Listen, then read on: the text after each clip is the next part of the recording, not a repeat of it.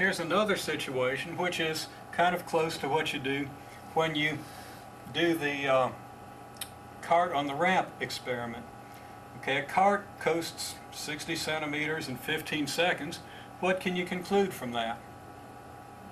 If a car coasts 60 centimeters in 15 seconds, starting from rest.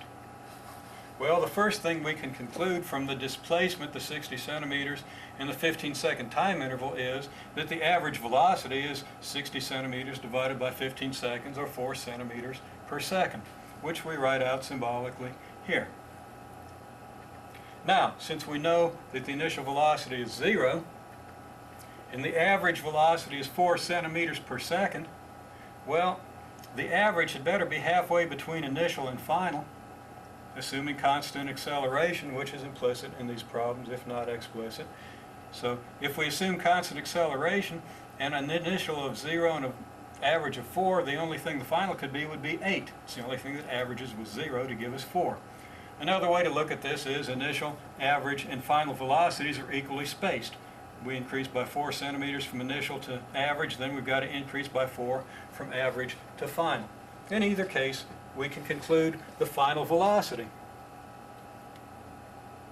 Now, since we know the final velocity, we can put that together with the initial velocity to get the change of velocity. The velocity goes from 0 to 8 centimeters per second.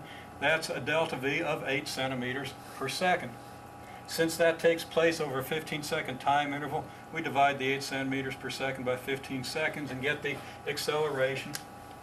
And that's written 0.53 centimeters per second. That second should definitely be squared, or per second per second.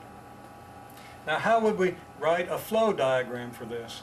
You should pause the playback at this point and try to do your own flow diagram.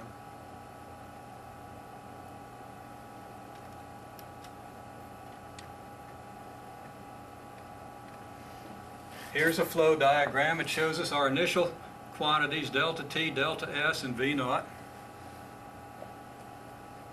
From delta T and delta S, we compute V bar, the average velocity. And then from V bar and V naught, knowing that these are equally spaced, this one to this one is the same as this one to this one, the difference from here to here is the same as the difference from here to here, we conclude what our VF must have been, or must be. And then from V naught and VF, we calculate our change in velocity. And from change in velocity and time interval, we get our acceleration.